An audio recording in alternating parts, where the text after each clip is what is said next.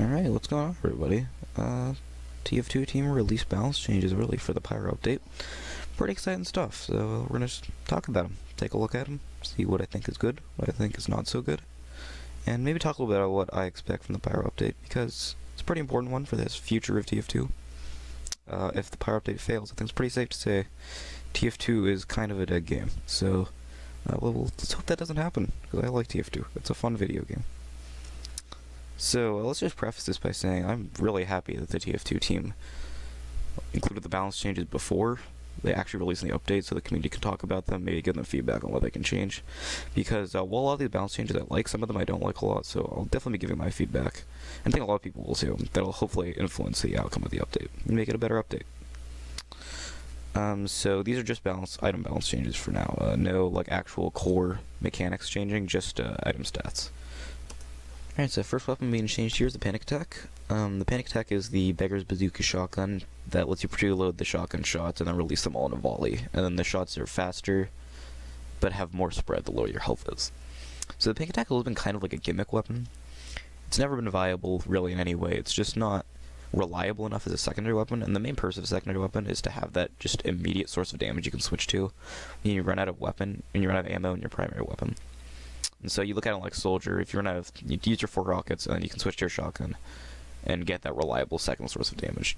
And with the Panic Attack, the problem is you have to preload the shots, so it's not a reliable source of damage because you can't immediately switch and begin firing. You have to preload the shots. And also there are like higher spread and stuff, so you have lower health, which makes it a less reliable source of damage. So I'm glad they changed the Panic Attack. It's always been kind of like a gimmick cheese weapon. Like when you get killed by something, it doesn't feel fair just because you get just like 2 shot immediately by 2 like rapid session shotgun shots. So the new design of the Panic Attack: 50% faster switch speed, 50% more pellets, and 30% less damage, and it fires in a wider pattern. That no matter whether you're on a damage or a weapon spread server or not, is a fixed spread. So I'm just going to ignore the last step because while holding down the attack button resets or stop firing or reload, you can just click fire and that negates that. So I don't think it's going to be a pretty obvious thing people are going to do when using the weapon. Faster switch speed is really a good stat when looking at secondary weapons, just because like the main purpose of them is to have that second source of damage. So I like that. The 50% more pellets and 30% less damage with a wider spread though. I am not a fan of this. I think it just makes the weapon less skillful to use, and it's nice that it has the fixed spread, just that way you can't get like random kills on enemies that don't deserve to die because you just missed them, but you random spread into killing them. It's nice that it has that fixed spread, but more pellets and a wider spread actually equates to overall less damage at more ranges, I think. Like past... Right, so if you look at a weapon like the Force of Nature, like past a certain range, like it does the 100 plus damage up close, which is more than the scattergun, but past like point blank range, it actually does less damage overall. I think that's going to be the same thing with this. And then after you're running out of rockets, like generally if you're up close, just looking at Soldier, you can also look at other classes like Pyro. If you want to be switching to away from your primary weapon, generally, if you're getting up close to them with your primary weapon, you're probably going to get that kill or die. So I think, like, I don't think there'll be a lot of scenarios that come up where you'll be up close and want that more pellet damage that negates the 30% less damage and wider spread. So overall, I think the Panic Attack still won't be viable. I don't think it's going to end up being a useful weapon. I like that they're changing it. I really dislike the old design of the weapons, so I like that they're changing it. I think it'll have niche scenarios where it'll be good. Maybe on some maps they're like really closely enclosed. And then it's also, definitely worth noting that combined with the degreaser, it's almost instant switch speed. So, that could definitely be useful just for some quick pyro combos. So we'll see. I think definitely this... Yeah, actually looking at it more now, I think it's definitely a change geared toward pyro. I mean, it is the pyro update. So, we'll see. I think if any class, if it ends up being viable in any class, it'll probably be pyro. So next change we got here is the Spy. And they're changing the Ambassador, which is kind of surprising to me. I also thought the Ambassador was just a very elegantly designed weapon. Really simple. You exchange less damage for now you can headshot people. And it's always been a very skill index weapon. Like, I'm terrible with it. I have mediocre aim and I can't hit any headshots with it. But like the great spies just use the ambassador and can just 102 people from across the map. It's pretty ridiculous. So I guess that's what so they're nerfing it, and so they're making it so with all the revolvers previously, the first shot you take with it after switching or after a cooldown will be 100% accurate. So it always shoots directly down your crosshair. And they're changing that with the ambassador. So the first shot is no longer perfectly accurate. Instead, the bullet spread, it has half bullet spread from normal. So the headshots are less reliable long range, so very reliable at close range. So they say here the goal is reduce the effective combat range, something more reasonable expected with the spy. But the spy has never been a direct combat class. Like, the revolver is a very reliable weapon just because you can hit body shots with it, but the ambassador at close range is really difficult to use. And then, but at long range, especially on like stationary or more stationary targets like snipers, you don't have to move your crosshairs as much, so it's actually, I think, easier to use at long range than close range. And the spy has never been a good combat class. I don't really understand the motivation behind this change, because I feel like if I ever get killed by the ambassador, which honestly isn't that often, like in pubs you don't run into good ambassador spies very often, but if you ever get killed by the ambassador, I feel like they earned the kill. It's a hard weapon. It's a very difficult weapon to use. So I don't like that they're making this very skillful weapon less skillful and more random, because it can still headshot even on the not very accurate shots. So theoretically, you can switch the weapon, completely miss, but with the bullet spread, just randomly hit them for a headshot. That's really just not good design. I feel like that's poor design. I like the original ambassador. I don't really like this change very much. Yeah, I mean, the ambassador is in itself, I'm repeating myself here, but the ambassador is like probably the most skillful spy weapon, and by changing it to be less skillful, I feel like they're just taking away from the overall theme of the spy. Yeah, I mean, you can maybe argue that giving the spy the long range capability that doesn't really have other revolvers is broken to an extent, and maybe it's like too good at countering snipers maybe, but spy is again a pretty weak class overall. I guess probably argue it's the second worst class in the game behind pyro. So I don't think it needs nerfs to its actual skillful weapons that are useful in many situations. So on the other side of that coin, that's nerfing the Dead Ringer as well, which I can definitely get behind this. The Dead Ringer is very frustrating to play against. It doesn't take much skill to use well, and it's kind of a crutch for bad spies since it incentivizes them to play less stealthily and just kind of walk into people, maybe get a kill or two and then dead ring out. But when used in conjunction with a skillful spy, it can really just be awful to play against and make the good spy never die. So I like that they're changing it. So rather than make it less interesting, let's make it more predictable to fight against by removing methods by which spies can reduce its cooldown. So they're changing it to ammo kits and dispensers no longer refill the cloak meter. And that's that's an enormous change actually, because when you're getting around the map as spy, unless you're using the L'Étranger, the revolver that makes you cloak longer, you need to be using those ammo kits to be able to go long distances cloaked. Especially the Dead Ringer that has the built-in lower cloak length, just because of the feign death mechanic. Being able to pick up full and medium ammo kits to almost cloak indefinitely with the stock watch is one of the reasons the stock watch is my favorite. And so by removing this ability on the Dead Ringer, you can't go nearly as not only can you not go nearly as far while cloaked after feign deathing, so it's more the area the spy is gonna uncloak in after they feign their death. It also means that you can't pick up ammo while you're not cloaked to refill the cloak meter while you're uncloaked, because you can only deploy the Dead Ringer when you're at full cloak with it, and then use the feign death ability. So the Dead Ringer overall is going to be, I feel a lot more niche. If not niche, I think the Dead Ringer will still be almost equally annoying to play against. It'll just be less viable. I think that's a good thing, because the Dead Ringer's all been kind of a dumb gimmick to me. It's not very skillful to use. Okay, there's going to be a big pattern here in how I talk about weapons. I'm not a fan of weapons that are unskillful to use but require the opponent to use skill in beating it. So that's why I'm happy the Danger Shield got changed. I'm happy the Dead Ringer got changed, because the Dead Ringer was almost a get out of jail free card, just because it gave you the huge damage resistance when the Dead Ringer got popped, and it forces the opponent to either think about was that a feign death or not, and then go looking for the cloak spy, and really the cloak spy just gets to run away. So I don't like that, aspect of TF2 design in a sense. So I'm happy they're changing the Dead Ringer. This is a good change overall. So next spy change here is the Eurotone Reward, which is the least used spy knife according to the stats that the TF2 team does not release to us. And while Silent Kill and Rapid Disguise on Kill are good, the downside of this weapon is extreme. And that's true. So before you couldn't disguise with the Eurotone Reward, and you can only get disguised by backstabbing people. And I've always loved the design of this weapon. I think this is an excellently designed weapon, honestly, because it really incentivizes that really stealthy, playstyle that a lot of spies don't really use when using the stock knife, just because they can, especially with the Dead Ringer, they can just Dead Ring out or use some kind of trick stab to get out of the situation. But with the Eurotone Reward, you don't really have that luxury because you can't disguise, so you're always kind of playing behind cover and using your cloak to get to places that you're not expected to be. I like that playstyle a lot.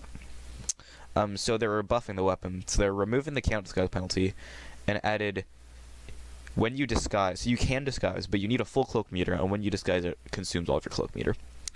And so I like this change just because it doesn't change the core mechanic of the weapon, which is when you backstab somebody, you get their disguise. But you can disguise now, but it's not very incentivized, just because it removes all of your cloak, and your cloak is really, as playing spy, cloak is really how you're getting around, not really disguise. And TF2 has been out for 10 years now. People know when a disguised spy is acting suspiciously. It's a spy, shoot him. But cloak, they can't see you at all, so you're using cloak to get around the map mostly. So I like this change. They also increased the cloak drain rate by 50%. Okay, I probably glossed over. This is probably the more significant change, honestly, because your cloak drain rate, we talked about it with the Dead Ringer too. Cloak is how you're getting around the map, and you're using ammo kits and stuff to go extended distances with your cloak. And having your cloak drain rate 50% lower is actually kind of ridiculous. How the range you can get to cloaked is so much smaller, and the amount of different scenarios you can get into and out of with your cloak is a lot smaller too. So looking at your Eternal Reward, the weapon will be better overall, I think, just because one of the big weaknesses of the Eternal Reward before was if you didn't have a disguise, you can't get around sentries and sentry nests. Just one of the big uses of playing spy in pubs is to get rid of sentry nests, but you can't do that unless you get stabbed first with the Eternal Reward. So overall, I think it'll be better, but still not super useful because of the cloak drain rate. It's just a lot harder to get around a spy without having a lot of cloak to use. So you can combo with a revolver that gives you more cloak, but even then, you don't have as much cloak as just a stock knife. So I think overall, the stock knife will still end up being the best. I like the changes though. That's a good change, the Eternal Reward. Getting to scout changes now. Scout is kind of the consensus best class in the game, so I'm hoping we'll see some nerfs here. I think there were a couple of nerfs, and also a couple of buffs to some of the less frequently used weapons. So the first change is the Sandman. The Sandman is always just... I've never liked the Sandman. I think a lot of people don't like the Sandman, just because having a stun mechanic in a game that is so based around movement is just never a good thing. And the Sandman, it was a difficult weapon to use, but it wasn't incredibly difficult. It was different from the Ambassador, since you had to have the good aim to get the 100 damage, but with the Sandman, I think the Sandman is actually easier to hit with than the Ambassador, and also the stun in a lot of situations is almost a guaranteed kill, because they can't get out of it. There's no way that you can't take cover, you can't run away, and you can't shoot back because you're completely stunned. And the Scout has the movement, so you just run up and shoot you while you're stunned. So the Sandman has just never really been a fun weapon to play against. So yeah, the TF2 team agrees with that. The long-range ball impacts no longer remove the victim's ability to fire their weapon, but the victim is still slowed. Okay, so I like this change a lot. In a game based around movement, TF2 is an arena shooter at its core. So in a game based around movement so much, the ability to fire, losing all of your movement is such a huge debuff. It's ridiculous how much not being able to get around, even at all, impacts a player. Because you look at sixes and the core classes, soldier, demo, scout, medic, the common thing they have is the advanced movement mechanics. They have the ability to go faster than regular, and the classes that aren't play as much, the off classes, the main theme is they don't have that ability. That's kind of, they can't get out to mid, they can't get, in transition plays, they can't go from pushing to holding, or vice versa, quickly enough to be played all the time, the same way that soldier, demo, and scout can. So when you remove, especially a class like Soldier, Demo, or Scout, the ability to move, have their advanced movement, it takes away so much from the class itself.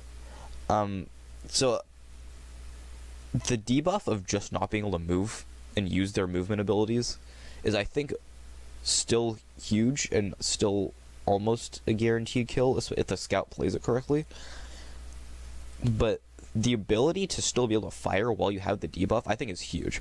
It allows there to be counterplay between the two players, which is really important, because before, if you got hit with the Sandman Ball, there was no counterplay. Either the Scout ran up to you and shot you correctly and you died, or they didn't and you didn't die. There was no counterplay. It was all based on the Scout that hit you with the Sandman. So I like this change. It gives more interactivity between the players. So to make up for the change, the balls do 50% increased damage from long range, and the flight time required to trigger the max effect has been reduced by 20%. And the ball regeneration has also been reduced. So the ball's doing more damage is kind of negligible. It does 50% from base of 15, so it'll do 22 damage now. That's, more damage. It's pretty negligible in the damage. I guess if you actually think about it, I think max damage meat shots from a scattergun do 103, so if you do 22 plus 103, that does let you one-shot light classes. I have to check that. I think that's right, though. And the flight time required to trigger the max effect is reduced by 20%, so that's just makes it easier to get the max damage. And the ball regeneration is kind of important. 5 seconds is, a good cooldown, is a good chunk of cooldown that's removed. But, the Sandman has always had the mechanic where you could, if you miss your ball, you could just pick it up and it resets the cooldown, so that's not too important, I feel like. So overall, Sandman change is pretty good. I like it. I like the nerf. I think it gives more interactivity. It makes the weapon less frustrating to play against. It's a good change. Alright, next change to the Scout is to the Bonk Atomic Punch. So previously the Bonk is kind of a frustrating weapon to play against, just because for really low opportunity cost, you're not losing a whole lot by giving up your pistol. It gives the Scout a free flank ability. It lets the Scout get behind the enemy lines for free, essentially. There's very little counterplay you can do to it. You can use knockback mechanics like Soldier or Demo to slow them down, but ultimately the 10 seconds of invulnerability lets the Scout get behind and cause havoc in the back lines, basically for free. So changes being applied to it are after the phasing from vulnerable to invulnerable to vulnerable. There's a slow effect based on the damage they absorbed while being attacked, while being attacked while they were invulnerable.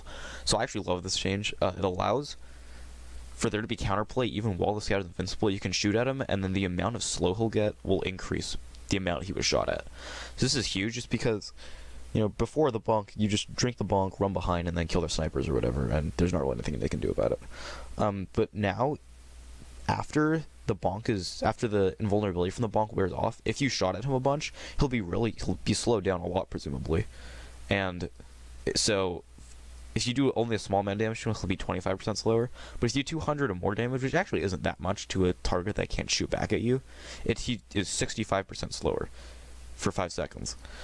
So, for 5 seconds, being 65% slower as a Scout is really just a very long time. Scout is so reliant on its double jump and its fast movement to dodge rocks and stuff, so having that slow just makes you so much more vulnerable to all sorts of damage. And really, if you just track the Scout while he's doing his bonk and shoot at him just a couple times, he'll be slow enough where after the bonk wears off, you'll be able to kill him really without too much challenge. It'll be a pretty easy kill. So, honestly, this seems maybe like an over nerf to the bonk. The bonk seems really almost useless now. I don't know why you would use it. You can still use it, I guess, in Highlander, to kill sentries. You use the Scout to, sack into the sentry with the bonk and distracts the fire from the sentry to kill it. But, even then, you're taking more than 200 damage from the sentry. So after you kill the sentry, you're kind of trading your life for it, which, I guess playing Scout in Highlander, you're pushing the card a lot, so it's not really a super important pick, but, sacking, before you would just kill the sentry and get out, but now it's probably going to be you kill the sentry, get killed for it, and then you have to respawn and go back to the cart, so kind of a change. I think the bonk is going to be okay. It's not going to be a terrible weapon. I don't think it'll be nearly as good, though. I think this is a good change, just because the bonk previously was kind of just a stupid weapon to play against, giving you that free flank, breaking up the enemy team. If you're talking about sixes here, the bonk is banned just because if you drink the bonk, just push through a choke and get behind, say on Gully Washed, you can push through a choke and get behind into their lobby or something, and that lets you just it forces the enemy to go back and stop you because you threaten like a back cap or like getting a force on a med or something. But by breaking up their line that much, you're making it so much easier for your combo to push through a choke or garage, and that makes it so much easier to just get through a point because you can now push from two fronts. You can push the point from two fronts. So flanking so giving that free flank without giving up anything really is why it's banned. So I think it's a good thing that they're kind of removing that capability. And the next change is to the pocket pistol. So before the pocket pistol was, I believe, less fire speed. So you would take no fall damage, and there's less fire speed, and in return to get, I think it's 3 health on a kill. 3 health whenever you hit an enemy. So they're changing it to 15% faster firing speed. Up to 7, it's for the start of, it was originally 5 HP for it, now it's 7. And it has 25% less clip size. And they removed the no fall damage. And no fall damage is pretty negligible just because as Scout, unless you're getting like air shot after you double jump, you shouldn't really be taking fall damage at all just because your double jump negates fall damage. So that's kind of pretty negligible change. So somebody did the math on this actually, and now the pocket pistol's damage output, even when factoring in the lower clip size and increased reload, is only like 3 or 4 DPS lower than the stock pistol. And then it's basically giving you the 7 HP per hit for free. Then if your DPS is only a very small amount lower, then getting the health on hit is like not a huge upside. It's also it's not super small either. And when you're only trading off that small amount of DPS for it, it's like pretty worth it. I think there's a period before the first pocket pistol nerf where it just gave you the 15%, the 15 more health, and it was used by everybody because your secondary as Scout isn't super important. So just giving up a little bit of utility in your secondary weapon to have that 15 extra health was pretty huge, and most Scouts use the pocket pistol, and it was nerfed and most Scouts don't anymore. But I think with this change, it will actually go back to being the more used pistol. That's my prediction for this weapon. I think it's going to be better than the stock pistol, just because you're not giving up too much DPS for it, and then also just even a small amount of health on hit is worth it. Because any amount of survivability on Scout is pretty important, just because Scout is kind of that glass cannon class, so giving it even a little bit more survivability is pretty important to the class's gameplay. Alright, next change is to the Criticola, which is widely considered one of the most broken weapons in the game. So obviously I'm glad they're acknowledging this and changing it. Before, the ability to mini crit with Scout lets you one-shot other Scouts, which is really stupid. That should really just go without saying. There's no counterplay to it. If the Scout hits the one-shot in the Scout 1v1, they instantly win it, which is kind of ridiculous. So the goal to this change was to add more decision on when where to activate it, and how to manage the risk and reward of the effect. So I think before, the risk was you take more damage, and then after the effect wears off, you take mini crits, which isn't that much. Hopefully, you're just getting the kill, getting out, and the marked for death afterward doesn't really mean too much. So they added each attack while active adds a marked for death debuff for 5 seconds. And then they removed the move speed bonus, and they removed the damage taken penalty. So what I'm not completely certain on what this means, but what I'm gathering from it is it will still mini crit enemies. No, okay, what I'm getting from it is it doesn't mini crit on the first shot, but adds the marked for death effect, so they will be marked for death for 5 seconds, and then after that you can mini crit them. So this is so if it's doing what I'm gathering it does, which I'm hoping it does, because that's, I think, the best way to deal with this is to add that kind of effect. I like this change. I think it makes it so that it removes the ability to just instantly one-shot other Scouts, which is obviously really stupid and should never exist in the game. And it's trading it off for an effect that makes it a lot easier to win 1v1s, kind of like Girardi effect. It like trades off the first attack, trades off like damage on the first attack for a lot of damage on the second one, and it makes it a lot easier to like two-shot soldiers, demos, medics. And so overall, I think the weapon is still, it's a lot better than it was before, but overall I think it's still just problematic. I think giving Scout is such a high DPS class, and it can get around so quickly. I think just giving it the ability to deal even more burst damage is just it just shouldn't exist. I feel like the weapon honestly should be removed. Like the Scout is just has the burst damage to be the best class in the game already, and giving it tools to have even more burst damage, to even more reliably two-shot, like 150, 175 classes, I feel like that shouldn't be in the game. So, critical change is helpful overall, but I think the best thing for the course of the game would just be to remove the weapon, or completely rework it to not give any damage bonus and be like a completely movement speed based weapon, maybe. So overall, critical change is okay. Could be more. I think the weapon is still kind of broken. Alright, and the atomizer. The atomizer has been pretty clearly broken for a while. Passive triple jump for no downside, essentially, because taking 10 damage is pretty negligible. You're never using your melee scout anyways. So T2 team says triple jump as a passive effect is just too strong, makes combat against scout unpredictable because opponents don't see the bat, and therefore have a hard time anticipating the scout's capability until late in the encounter. And this isn't even fully true. Like, if you're looking in a competitive setting, even if you're playing like soldier, even if you know the other scout is using the atomizer, it's still almost impossible to hit him, just because when you're fighting a scout, you're waiting for the double jump so you can anticipate where he lands. But the scout, getting the scout 3 jumps makes him so ridiculously hard to hit. You almost have to airshot him or equip a shotgun, because it's so difficult to hit him with a projectile as demo or soldier.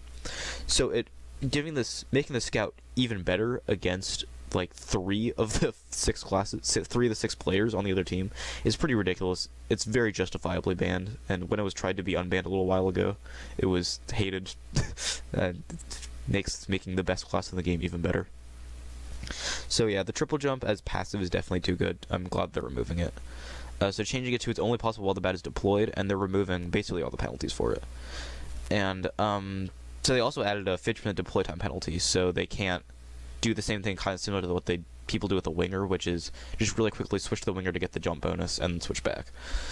So I like this change. I don't think the weapon will still be unbanned, just because giving the scout it still gives out more mobility, which is pretty important to the scout.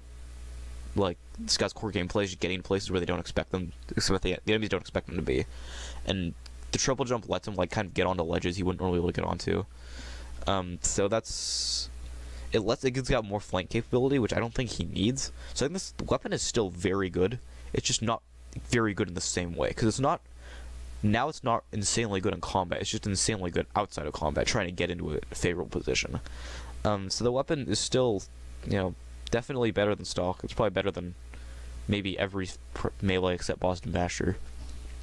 I think just the inherent ability to give the highest movement, like the highest base movement without any like special abilities class in the game, even more movement, is just really strong in general.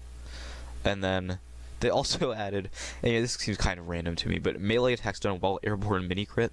So you can do like scout market gardens now, which I'm sure will come into play in a really stupid scenario at some point, and make a nice highlight video. But I don't think that's not a pretty negligible change. Mini critting, the base melee damage is 35, I believe. So mini critting on 35 damage puts up like 50 damage, which is still less than like a regular melee hit from one of the non-scout classes. So kind of a neat change. I don't think it actually affects the gameplay of the weapon very much. So overall, the atomizer is still a really, really powerful weapon. Kind of a theme we're seeing here is, I think with the Criticola and the atomizer, they changed very obviously broken weapons into less obviously broken weapons, but still ultimately broken weapons that won't be unbanned in competitive and will still be really strong in pub play. Even with the Sandman, I think the Sandman will still be pretty frustrating to play against. Just because even though you can shoot back at the enemies, it's still the full stun that you can't run away from the scout. So a lot of times the only way you can beat a scout in a 1v1 is just not take the 1v1. So, kind of, they're changing scout. I appreciate that. They're making it less, kind of less oppressive as the best class in the game. But I think it could potentially go further. And, maybe even more nerfs. And this isn't obviously isn't all the nerfs. There could be saying more to the scout. But I don't think this will change the scout's position as the best class in the game, these changes. So last scout changes to the flying guillotine. And so the problem with the flying guillotine before this patch would be it's really spammable, just because the cooldown of the weapon, I believe, is only 6 seconds. And it does 50, I want to say, 50 damage plus 5 seconds of bleed. So overall, the weapon's doing almost 100 damage just for almost free spam down a choke. So it's kind of... And this doesn't really change that. So it's saying the goal is to remove the feeling of randomness and reward accuracy. But, so yeah, before it would crit stunned players, stunned by the Sandman or the Natasha, and it'll also crit at really long range and mini crit at like sort of long range. So I guess what they're trying to change here is they're removing the crits and mini crits for range, I think. And by removing this mechanic, I guess it just makes it more. They're trying to enforce not spamming with it and just using it more in combat. But I think the weapon, by not changing the cooldown of the weapon, which is the real problem, and also like the damage over time effect, which is not like forces a player to leave combat to get a medic or a health kit or something. They're not changing like the core of the weapon, which makes it problematic. They're changing like kind of a side grade of the weapon. I don't think I've used the weapon like a decent amount. I don't think I've ever crit anybody with it. Like, I don't think it's a huge part of the weapon. It obviously has the potential to 150 damage from long range enemies. I guess I never crit anybody just with the range. I've crit people with like Sandman combos, but I like the removing the combo with the Sandman too. That was really just unfun to play against. Like, you can just kill out of nowhere from across the map with no counterplay, so that's not something that's good for the game. So yeah, the Flying Guillotine was kind of a problematic weapon. Yeah, by not changing what was at its core the problem with the weapon, which was its spammability because it's low cooldown, I feel like the weapon isn't still kind of in the same state. It's a little worse now, but it still has the same problem and serves the same purpose in the game. So, I don't know, the Flying Guillotine was never like a really heavily used weapon, but had the potential to be broken. I still think it has that potential, so, overall not a great change, I feel like. Alright, so we're now getting into the soldier changes, and the first to the base jumper. And so the base jumper is, a lot of people see it as a gimmick weapon, but it's actually very viable in just regular play, even without like market gardening or anything. Just comboing with a regular rocket launcher gives you a lot more mobility, and it just gives you the dodging capabilities that makes you almost invincible to projectile classes. It's ridiculously easy to airshot it's ridiculously difficult to airshot a soldier with using the base jumper, because they can repeatedly toggle the base jumper, the parachute effect on and off, and it gives you like insane air strafing ability. So it makes the target a lot more difficult to hit while they have the base jumper equipped.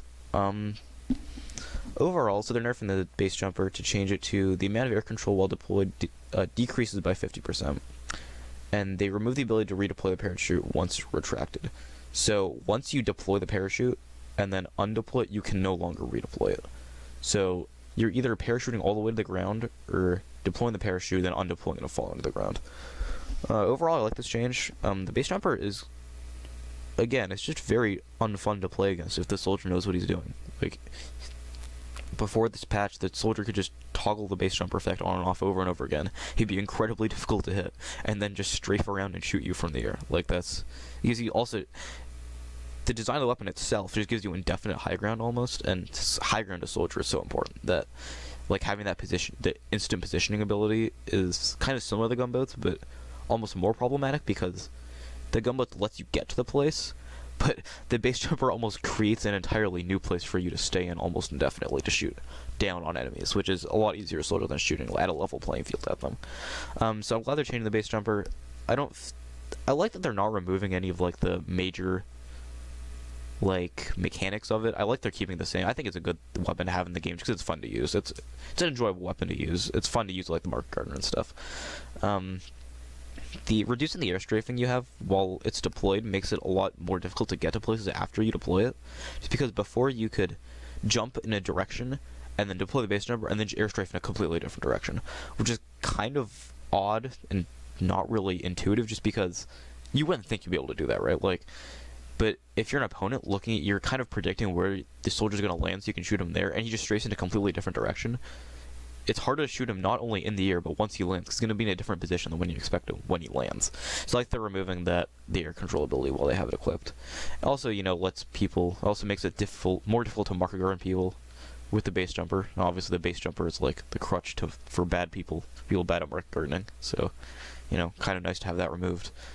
Yeah, I mean, I like the changes overall. It makes it less unfun to play against, more counterplay to it. And that's a general theme to a lot of these changes, which I think is a good thing. Having counterplay between players is important in any game. I think it's important for any game to have weapons and characters that are not only fun to play, but also fun to play against, and just create a very interactive gameplay environment where both players have a say in everything that happens. So, the base jumper, good changes, I like them.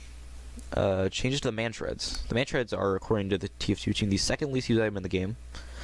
I wouldn't be able to tell you the least used item in the game. I actually have no idea what it would be. My guess would be the man shreds are the least used item in the game, but I guess it's the second least used item. So hopefully we'll see what the least used item is at some point. So the aerial stomp minigame is difficult, and the gunboats are superior in most scenarios. Yeah, that's definitely true. If you're playing a serious loadout, you should be definitely not be using the man shreds. The gunboats are much better for for any movement needs. The gunboats are just a lot better. So they're changing it to the 75% push force reduction now includes air blast, and added plus 200% air control when blast jumping. Okay, so the push force now including air blast, that's fine, whatever. But 200% air control when blast jumping, I have to see how this plays in game because it's kind of hard to like conceptualize. But just hearing it sounds insane. Like, it sounds ridiculous. 200% air control and blast jumping makes you so much less predictable. So when you don't have, without added air control, when you're jumping in a direction, you're rock jumping in that direction, you have the air strafing to be able to kind of like veer off in like to like a 45-degree angle the direction you're jumping.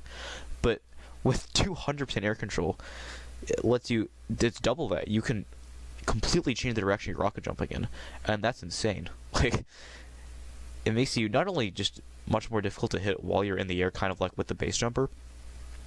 And the changes are, it's kind of weird that they're changing the base jumper to make it less, have less air control, while at the same time changing the man shreds to have more air control and almost taking the place of the base jumper to fill a similar niche.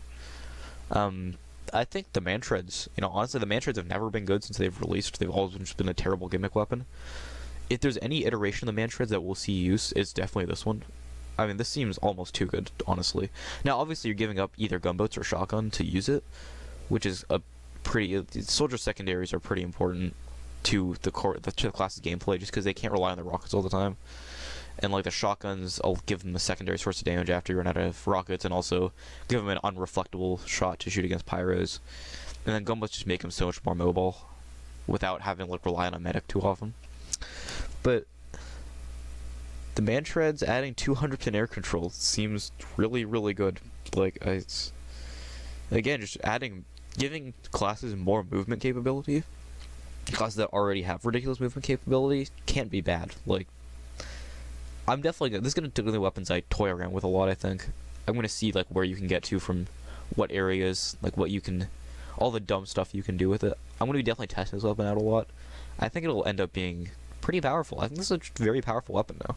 So, changing weapons that were just never used to weapons that could be viable and fill like a niche that it couldn't do before, all just adding a completely new mechanic, I think it's a good thing. I think they're taking steps in the right direction with it. So moving on to sniper changes. And so here's the big one. The Darwin's Danger Shield can no longer let you instantly win sniper 1v1s. That's really great. I love that. So, before, the Danger Shield gave you the bullet resistance, so that when you were headshot by an opposing sniper, so give you that 25 extra health, you go to 150 health. And also the bullet resistance, so you would only take 143 damage when headshot, instead of 150, so you'd be left with 7 damage and have the extra time to line up your shot on the sniper 1v1 to basically instantly win it. It was incredibly frustrating and difficult to play against a sniper using the Danger Shield as an opposing sniper, just because you could headshot them in any other scenario that would win the 1v1, but it just wouldn't win the 1v1 because they have the extra health and the bullet resistance, and they would just have free reign to shoot at you while you're aiming your second shot. So, definitely just terribly designed weapon. I was very confused as to how it survived like 2 to 3 patches in its current state without being changed at all. It felt pretty ridiculous to me that it wasn't changed, and like I used it as an example pretty often of how the TF2 team didn't play their own game, because if you ever played as sniper against a Danger Shield sniper when you weren't using the Danger Shield, it's just incredibly frustrating because there's no counterplay to it. You have no say in whether you die. You headshot him the first time, and he either makes or misses the shot after you shoot him, and you either die or don't. You have no say. You have no say in it. So the changes they're making is they're removing the.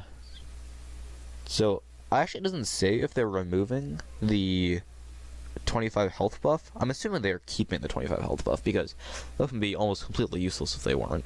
So let's say they're keeping the 25 health buff, and they're removing the bullet resistance, so you can once again be one-shot headshot by enemy snipers, which is huge, obviously. And then now the new design is to counter ranged burn attacks like flares and strengthen melee fights versus pyros. It gives afterburn immunity and 50% fire resistance. Okay, so we'll start with, obviously weapon is useless and competitive because why are you playing against pyros and 6s? And I guess in Highlander it's alright, but like it's pretty useless. Like if you're getting hit by a flare in Highlander, you're probably getting it healed off or air blasted immediately, so you're not going to get, like, you're not fighting pyros a whole lot in Highlander. So competitive, this is useless, terrible weapon, never use it. But in pubs, I feel like this is actually a really good weapon in pubs. You know, one of the big problems if you're sniping from a perch is that you can get hit with a flare by a pyro, and for the 10 seconds or whatever, you're either finding a health pack or you're trying to snipe with the fire debuff, which has like the aim punch. Whenever you're getting hit with the fire, which is every half a second I think, your aim gets jolted upward. So it's really difficult to snipe while you're on fire just because of this. And it's one of the reasons the Cozy Camper is actually was a really good weapon, because it removed that aim punch when you're getting shot with, when you're on fire getting shot by heavy, you wouldn't have that aim punch and your aim was always steady. So having the afterburn immunity makes it so that you're never having that, and being hit with the flare only deals 30 damage to you, and it has no like overtime debuff unless you just keep sniping even after you're getting hit with the fire or the flare. And then the fire resistance, 50% fire resistance is a lot. Like it takes twice the amount of time to kill you as a pyro, to kill a sniper as a pyro. So by adding this fire resistance, I mean, obviously before a pyro is a close range class, sniper is a long range class. If the pyro got into close range, it was basically a free kill. But now I almost feel like the sniper can go up to the pyro, and if the pyro has like bad flamethrower aim, the sniper can just like melee him 3 times and kill him. I think before this pyro can kill him with flames. And like if the sniper gets a body shot off on him before, he only needs 2 melee hits, and I think there's definitely enough time to get 2 melee hits now before, you know, before the pyro can kill you with flames. So I think in scenarios where there's a lot of pyros in their team, not even a lot, maybe just 1 or 2 pyros that use flares, I think this is actually a pretty useful weapon. I love that it's changed to not be stupidly broken, and it's pretty niche and only good in a couple of scenarios, but in those scenarios it's actually very powerful. So, you know, I kind of like the design of this weapon. It's like a good kind of thing to keep in your back pocket in pubs. So, you know, I like it. I like the change. Alright, so the next change is to the Razorback. The Razorback has always been a pretty bad weapon in pubs, just because the spy can just take out the revolver and shoot you in pubs, and you're probably not playing like with your team in pubs, so you can't like yell at your pub team to turn around and shoot the spy shooting at you. So the changes are pretty negligible, and honestly the weapon is just better in pubs now. I think like you can't get overhealed, but like medics aren't healing snipers in pubs, and just the automatic shield regeneration after 30 seconds makes it just better. So, you know, the weapon is better in pubs, but the weapon is never good in pubs, and probably still won't be good in pubs. So, you know, I don't think it's too important there. But I actually like this weapon. This is a competitively geared change. So, you know, kind of big there is that I think the same with like the base jumper almost, because you wouldn't see soldiers effectively using the base jumper very often in pubs. But in competitive, there was like the period where the global whitelist was first announced, and the base jumper was unbanned for a few days, and it was ridiculous, and people hated playing against it, and it had to be removed from the global whitelist. So the fact that TF2 team is taking competitive feedback and actually changing weapons based on it, it's actually pretty huge. So, you know, I like that. They're acknowledging the competitive community and, you know, changing weapons based on what they think is right best for the game. So back to the Razorback. Razorback was banned in Highlander 2 seasons ago, I want to say. Because before that in Highlander, you could basically just have your sniper play next to your sentry, and if your sniper had a Razorback and a full buff, your sniper was almost invincible. Because if a spy went up to the sniper, he couldn't backstab the sniper. And then if he tried to shoot the sniper, if he's playing next to the sentry, he just gets shot by the sentry and dies. So, and Highlander is such a sniper-centric game mode because the sniper is the only class that can kind of watch all the sightlines and see and like have the omnipresent pick ability. He always has potential to pick the medic. He always has potential to pick a demo. So like almost the entire gameplay of Highlander revolves around the sniper, and like how well your sniper is taking shots and how well your sniper is positioned around your team to not die.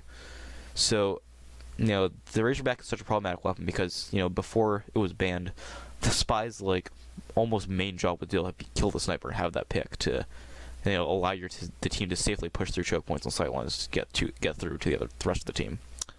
But the Razorback was banned, which is a good thing. Highlander's a lot more tolerable to play now. But so the new change, 100% overheal penalty, and regenerates after 30 seconds. So yeah, Valve says that it wants to reduce the effectiveness of pocketed snipers, which primarily happens in organized play.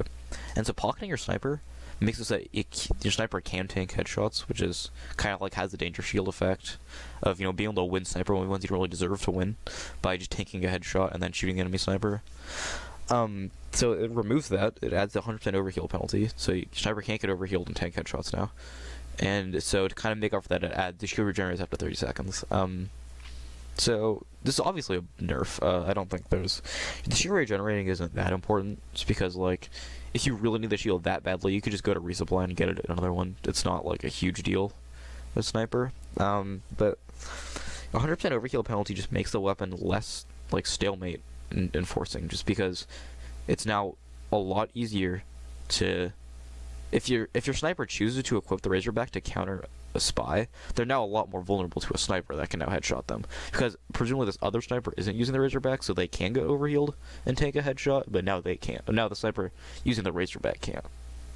So overall, I like this change. The Razorback was kind of an inherently flawed weapon, just because it removes one of the downside, the biggest downside of a class that against the rest of the classes is very powerful. So I like the change. I like that it's nerfed, and again, I like that they're basing some weapon changes on the competitive community. So the next change, so we're getting a medic changes here, is to the Vitasaw.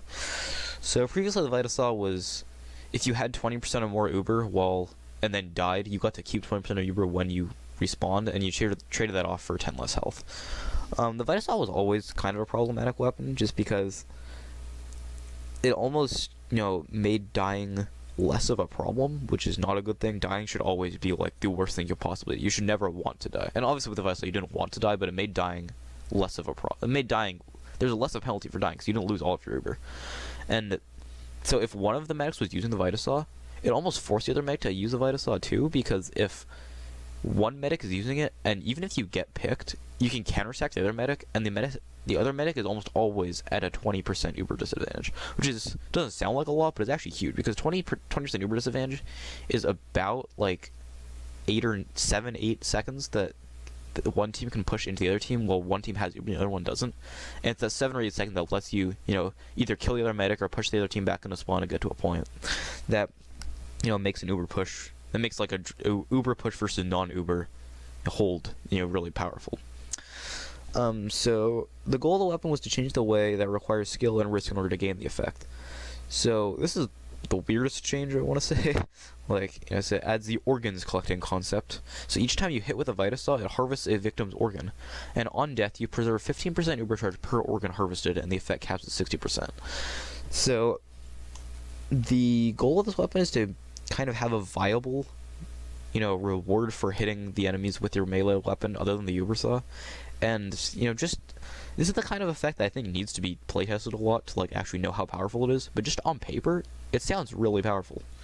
The problem with the Uber Saw is if you're not close to getting Uber, you can dive in and try to get that last percentage, but you're not going to get 2 or 3 hits to be able to get the 2 or 3 hits, then swap to your minigun, then pop the Uber to not die. So essentially the 2 or 3 hits are pretty useless unless you're getting a kill with it.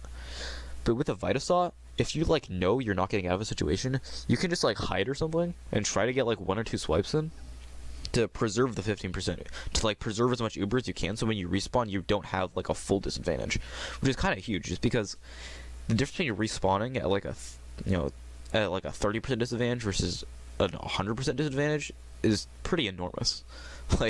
It's a team.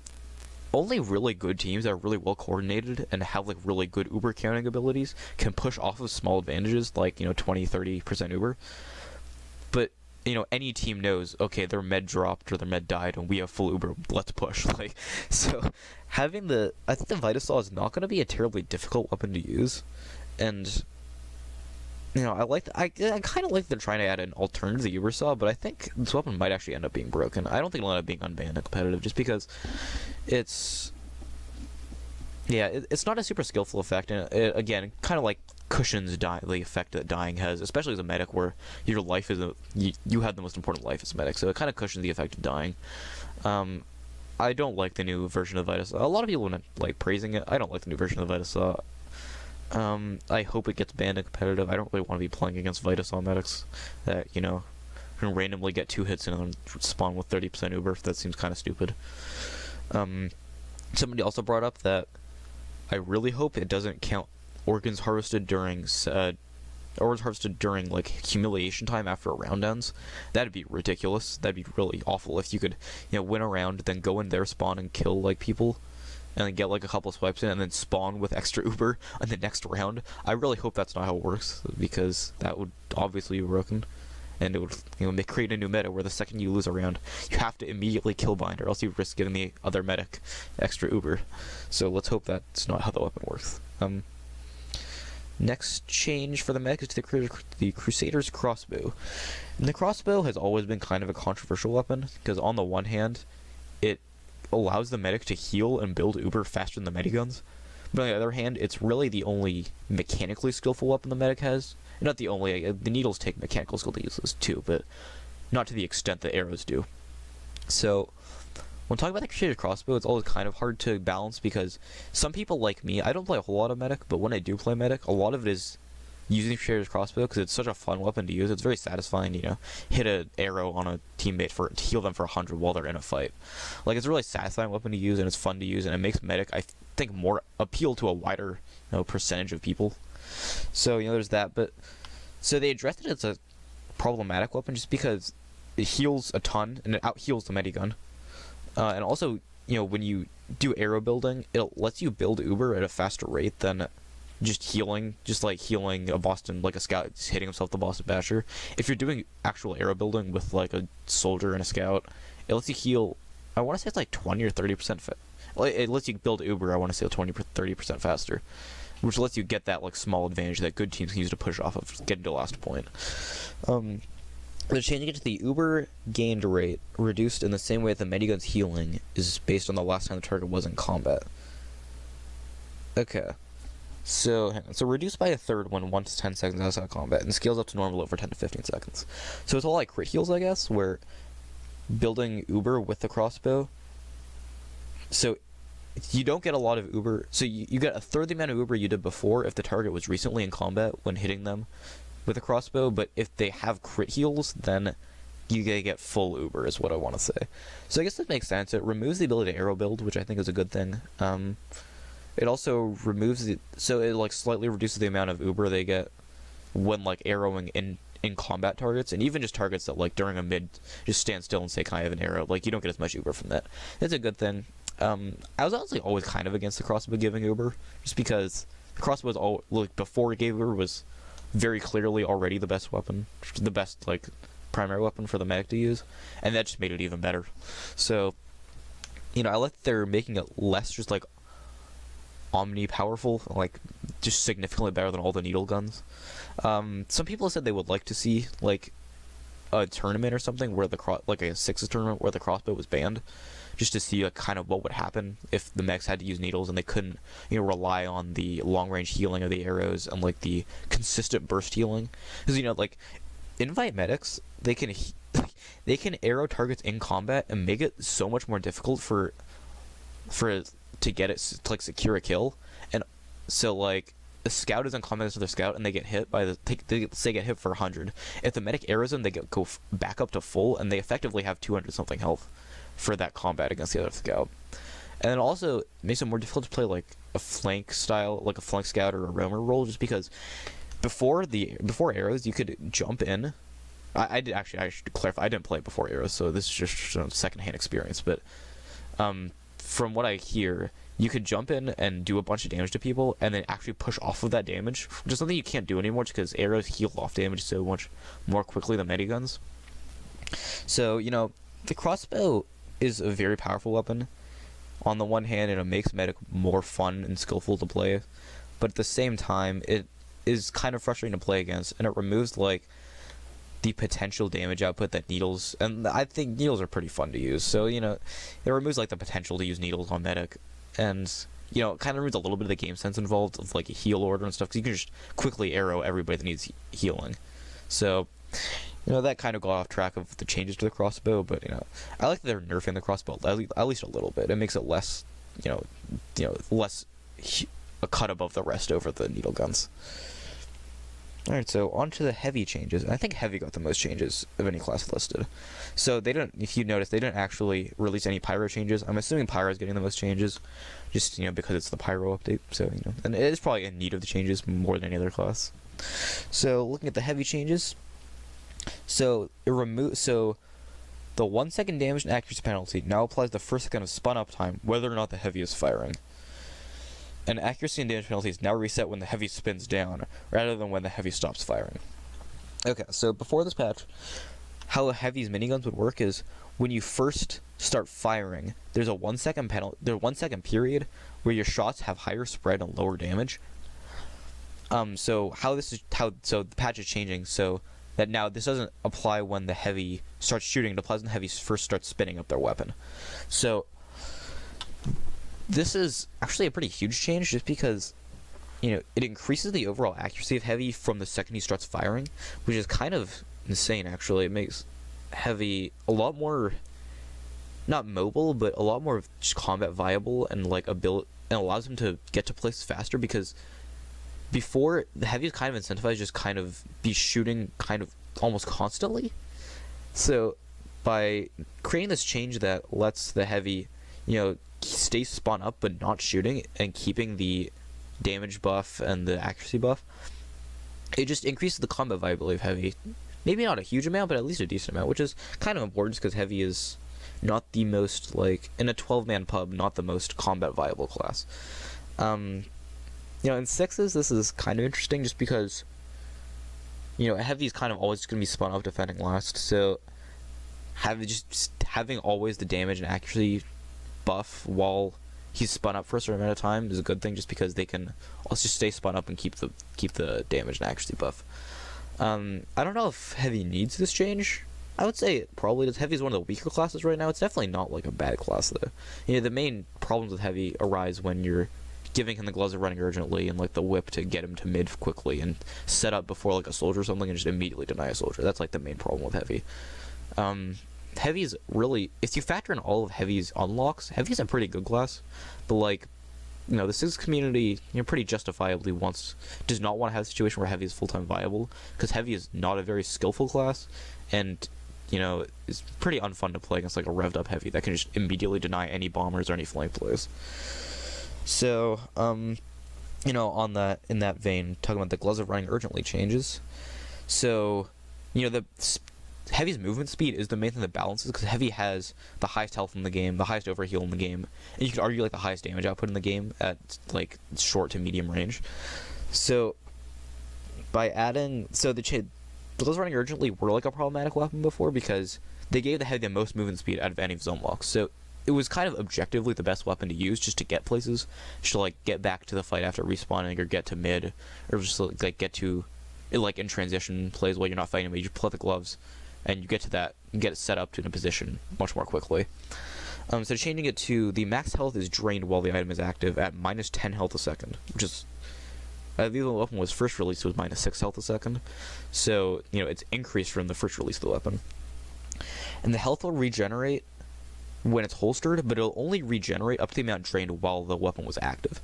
So it'll only regenerate the amount of health that you lost because of the weapon. It won't regenerate any health that you took in damage from enemies while you had the weapon out. And so each time the gloves are deployed, the drain rate is accelerated for a brief period of time. So I'm not exactly sure what that means. I guess it means that the first couple seconds after you pull out the weapon, you drain it faster than 10 health a second, which is a decent amount. And it removed the mark for death effect and 25% damage penalty. So damage penalty, who cares? But the mark for death effect was removed. So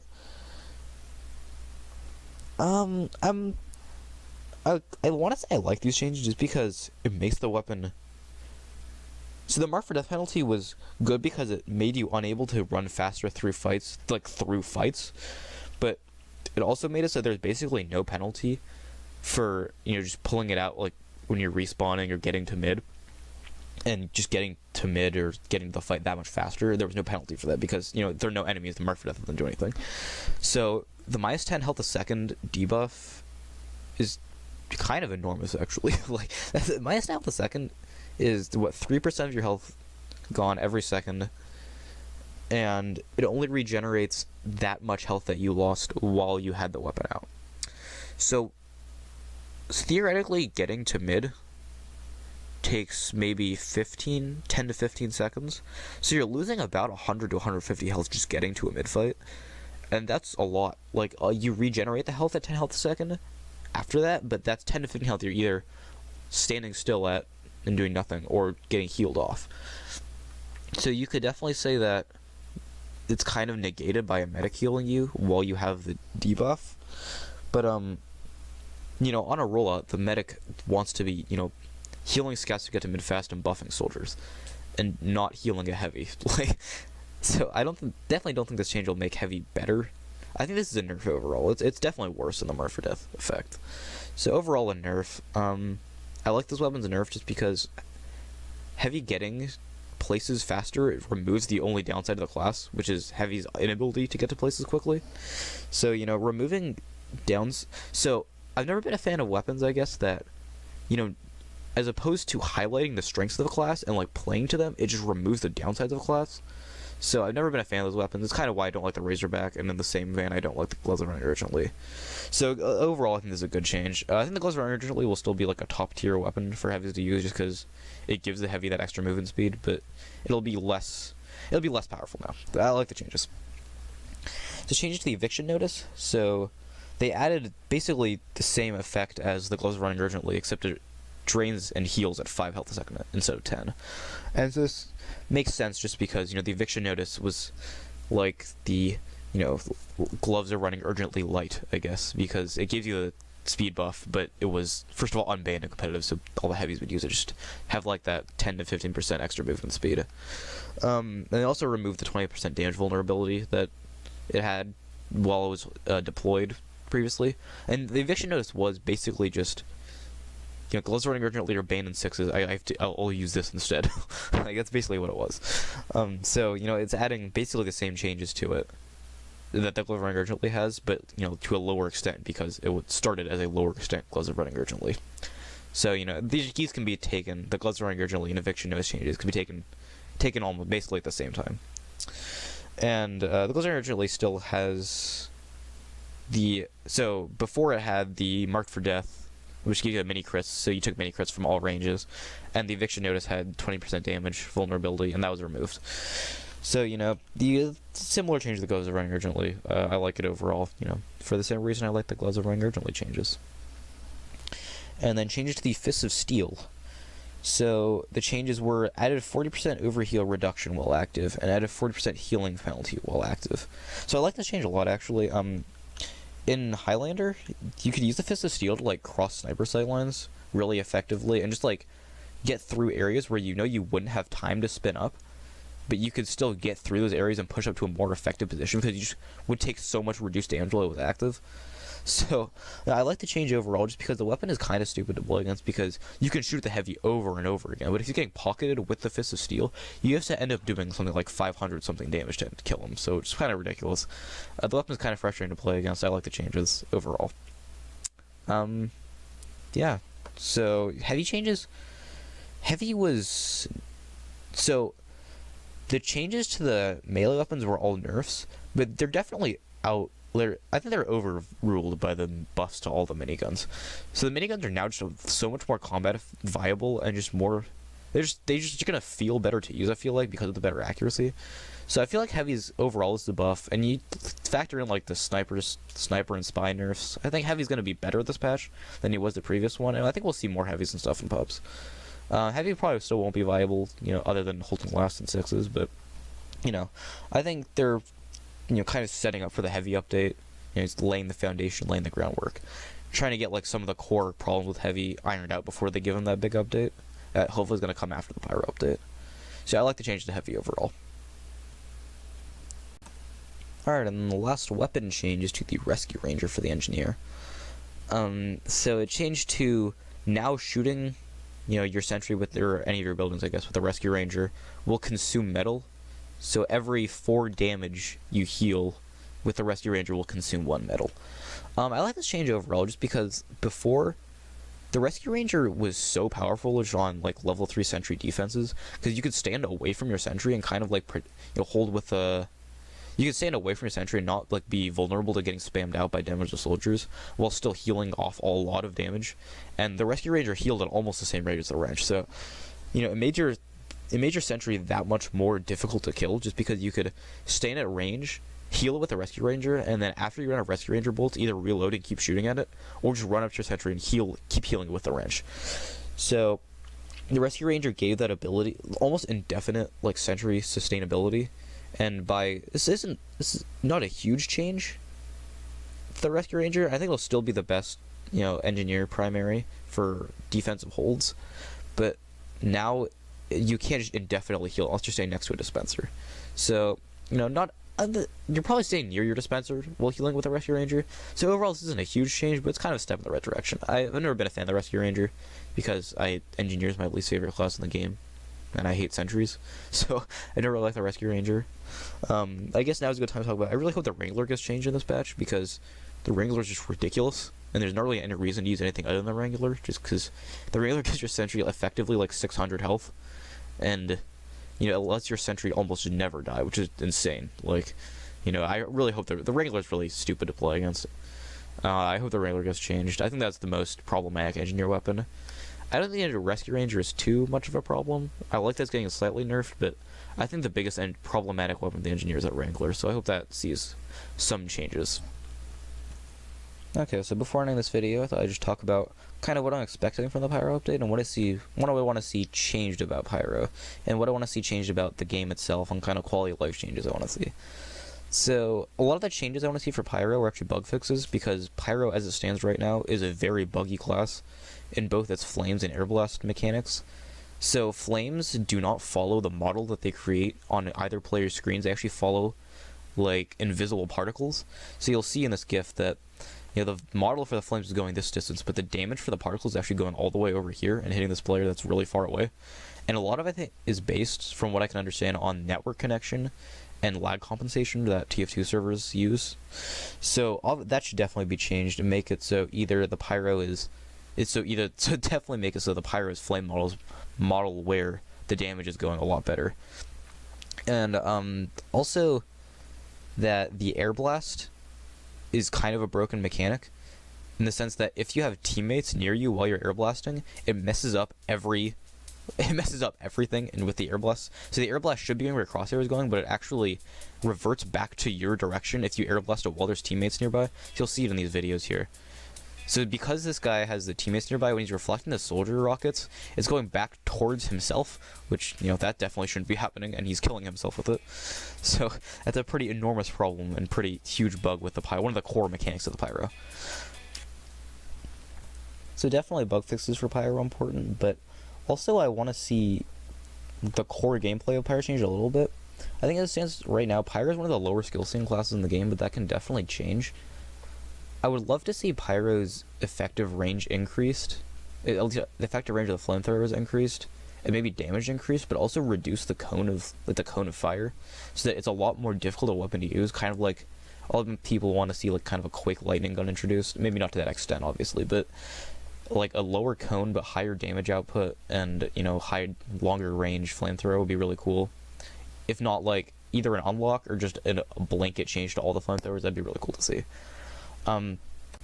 Something else I'd like to see would be a change to how Air Blast works.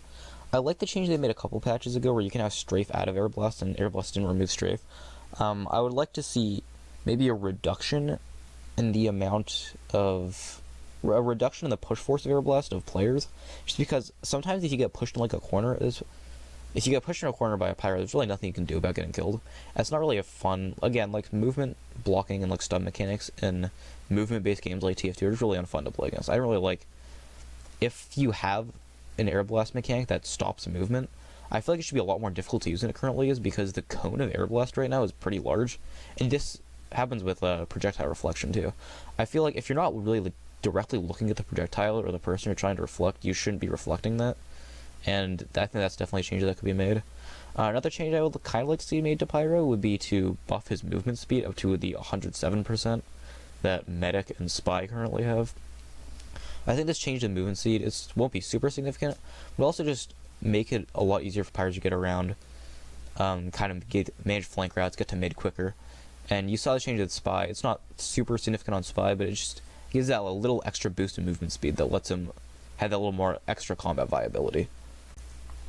Alright, so changes to the game itself. I feel like the casual mode, while it's a lot better than it was on release, it still lacks features that the pub experience had before Meteor Match that I think could still be implemented. So right now there's no vote scramble in casual, and there's no like actual team scrambling or auto balance. So right now there's the button that nobody uses to switch teams for like double XP that doesn't matter, and that button's pretty useless. Nobody uses it. So I feel like we could just replace it with a vote scramble option that players can call a vote scramble to teams, and also just regular auto balance, just because there are situations that come up where it's like 12v5 or something because one team's getting rolled and everybody's leaving on that team. So I think vote scramble is pretty necessary, and also auto balance just to make for more balanced pubs. And then also, as it stands right now, after you finish a casual game, you get taken to the screen where you can vote for the next map. You get taken to the next map, and the teams from the last game stay the same in the next game. I don't like this at all, just because if the teams were unbalanced in the previous game, you're keeping the same teams, so it's going to continue to be unbalanced in the next game. So I think the teams should definitely be scrambled after every match. The teams should definitely be scrambled. I think, and then there are also a lot of maps that were actually removed from the casual pool. Some like capture the flag maps and like Koth maps that were appropriated from different maps. I think there's like CTF Sawmill was removed, and some other maps like that were changed. The game mode was changed from their original maps. I think it'd be added back into the pool. I think there's actually not enough map diversity in the pool to make it so that everybody can play the map they want to play at any time. Because before, you could go to the server browser and search for the map you want to play, and there was almost definitely a VoW server in your region playing that map. So I think that's kind of a big problem, that sometimes they're just official maps that you want to play, there's nobody playing on, so you can't get a game with them. And then talk about the in-game competitive mode. Right now it's really just a mess, and it's awful to play. I've played a lot of it, like a lot of it. I've played like hundreds of games of it. I've gotten to rank 11 or 12, I want to say, and I just couldn't keep going on, because eventually, once you get to a certain rank, it takes forever to find a game, because there's just not enough players that are higher than rank 1 or 2. And also, there's just cheaters everywhere. Every other game at like decently high rank has a cheater in it, and it's impossible to win. So, I think one of the big changes that can be made to it is have placement matches, first of all, because the teams, as you get higher in the ranks in the competitive mode, it doesn't balance the teams by adding people with the same skill on each team. It just takes the higher level players and puts the lower level players on their team to like change the average skill level of each team to try to be almost the same. So instead of being balanced to have players playing against and have players on your team the same skill level, the higher you go, just the worse players you get on your team, and you play against better players to balance out that you're a higher skill level, which is really stupid.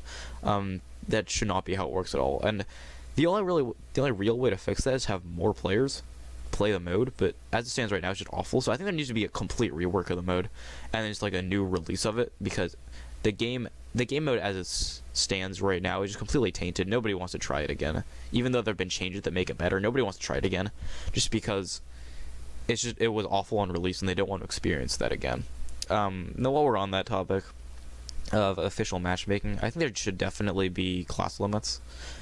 Playing against like multiple demo men, multiple NGs, multiple medics is just awful. Like that should not exist. Especially if you're gonna include like payload and attack and defense maps. You can't play payload and attack and defense maps where more than a third of the enemy team is playing like demo or NG or something. It's just impossible to push in. It's impossible to beat if the other team knows what they're doing. So the best suggestion I heard for class limits was class limit 2 on all the offense classes. So Scout, Soldier, Pyro has class limit 2, and class limit 1 on everything else. That prevents like double medic cheese strats. That lets you like not chain Ubers, but have multiple Ubers at the same time. Multiple demo men that can just spam chokes indefinitely and never let anybody through. Multiple NGs that can hold a point forever. Just it prevents that kind of stuff. It's just unfun to play against. I feel like if people start really taking the competitive mode seriously, that's the kind of meta that would emerge, and that's really just not skillful or fun at all. And then a complete rework of the competitive mode I think is necessary. Then also just the VAC has been updated recently, and there's a pretty big LMAO box for ban wave, which is a step in the right direction. but cheaters in TF2 have been getting more and more prevalent with the mirror match update, and it's a pretty huge problem at this point. You know, the in-game competitive mode is infested with cheaters. Like, the top 10 globally ranked players, I think like 4 or 5 of them are just known cheaters that Valve isn't doing anything about. There has to be some kind of like Overwatch system, not Overwatch the game, the Overwatch the Counter-Strike system, where like experienced players and like high, like reputable players can go over demos of accused cheaters and then just say, this person is cheating, you should ban him, to Valve. That way there's just like a direct pipeline to Valve of known cheaters that can be banned safely without like possibility of a false positives on the VAC system. Alright, now a rapid fire review of what I think of all the weapon changes. Panic Attack, good change, still a pretty bad weapon. Ambassador, bad change. The Ambassador was a really skillful weapon that they're making less skillful now. Dead Ringer, good change. The Dead Ringer was really frustrating to play against, and now it's less frustrating to play against. Eternal Reward, good change. The weapon is still pretty bad, but now it's less terrible, and it's still a cool, like a unique mechanic. Sandman, good change. Less frustrating to play against, removes the stun mechanic. And the victim that got hit by the Sandman ball can now shoot back while they're being shot at by the scout, which is pretty huge. Bonk, good change, removes the ability for like a free flank to get behind the enemy, and like increases the opportunity cost for using it. Pocket Pistol, good change, maybe even too good. I think the Pocket Pistol is now better than Stock Pistol. It's now definitely not a useless weapon. Criticola, okay change. I think it could be nerfed more. I think the weapon's still going to end up being broken. Atomizer, good change. Weapon's probably still broken because it gives Scout extra movement, but now it's not like it's insanely powerful in combat. It's only insanely powerful outside of combat to get to new positions. Guillotine, okay change. The weapon is still really spammable, but it doesn't. You can't spam into like long range crits and mini crits, so you know, still kind of a problematic weapon, but good direction for the changes overall. Base Jumper was a good change. You know, removing the insane air strafing ability was good, and also it makes it so that it's a lot harder to hit the soldier using the Base Jumper in midair while he's like toggling the base jump ability on and off over and over again. So good change for the soldier. And the Man Shreds, don't know yet. I have to play with it to find out, but 200% air control sounds ridiculous and maybe overpowered, so we'll see. Danger Shield for Sniper, good change. You can no longer tank headshots and win Sniper 1v1s with the just because you equip the Danger Shield.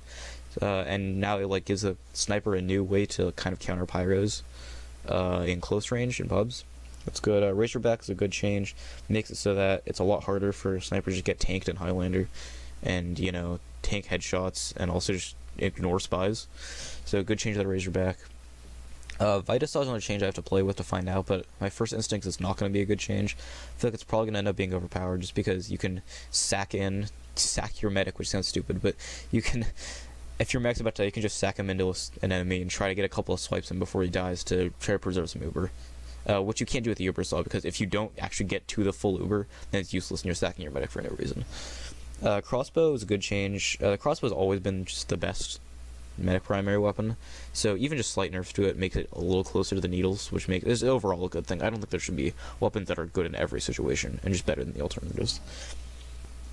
Blanket buffed all the heavy miniguns, probably a good change. It'll make heavy feel better in combat. You know, his accuracy is increased overall and damage slightly increased.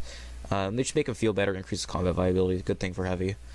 Gloves running urgently and eviction notice changes, a good thing just because the damage vulnerability that gave them was a negligible downside because you weren't using them while you were in combat, you're using them to get to mid or get to fights.